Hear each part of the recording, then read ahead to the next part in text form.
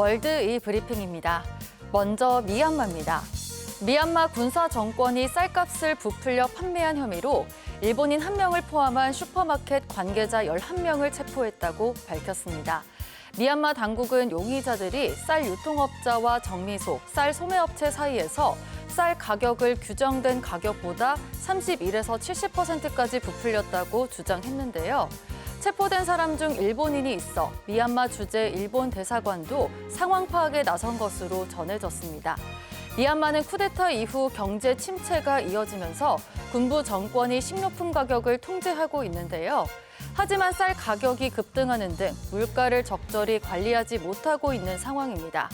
지난 6월에는 통화 안정을 이유로 금 및 외환 거래업자, 외국 부동산 매도업자 등 35명을 체포하는 일도 벌어졌습니다.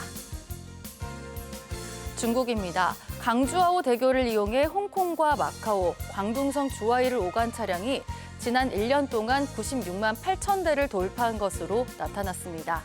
중국 광둥성은 2023년 7월부터 홍콩 자가용 운전자들의 신청을 받아 자가용을 타고 주하이와 마카오를 오갈 수 있는 통행증을 발급했는데요. 이후 지난달 30일까지 약 1년 동안 입출국 차량이 96만 8천 대를 돌파한 것으로 나타났습니다. 홍콩에서 마카오까지 자동차로 40분이면 갈 수 있게 돼 새 지역의 교류가 활발해졌는데요. 강주하오 대교를 이용한 시민들은 교통의 편리함은 홍콩과 중국 간의 문화적 통합을 강화하는 데도 큰 도움이 됐다고 말했습니다. 호주입니다. 호주 정부가 코로나19 대유행 완화 이후 너무 많은 유학생이 몰리자 유학비자 신청 수수료를 2배 넘게 올렸습니다. 호주 정부는 현지 시간 1일부터 유학생 비자 수수료를 65만 원에서 148만 원으로 인상했는데요. 방문 비자와 졸업생 임시 비자로 호주에 체류 중인 사람이 학생 비자를 신청하는 것도 금지했습니다. 호주는 코로나19 엔데믹 이후 유학생이 급증해 현재 유학생 수는 70만 명을 넘어 역대 최대 규모에 달하고 있는데요. 유학생과 이민자가 급증하면서 주택 부족과 임대료 폭등 등 몸살을 앓고 있는 실정입니다. 호주 정부는 학생 비자 발급 요건을 계속해서 강화하고 대학 내 유학생 상한선을 두는 방안도 검토 중입니다. 끝으로 나이지리아입니다.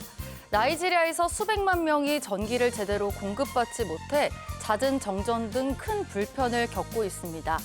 가정뿐만 아니라 학교나 병원 등 공공기관조차도 전기 사용에 어려움을 겪고 있다는 점도 문제인데요.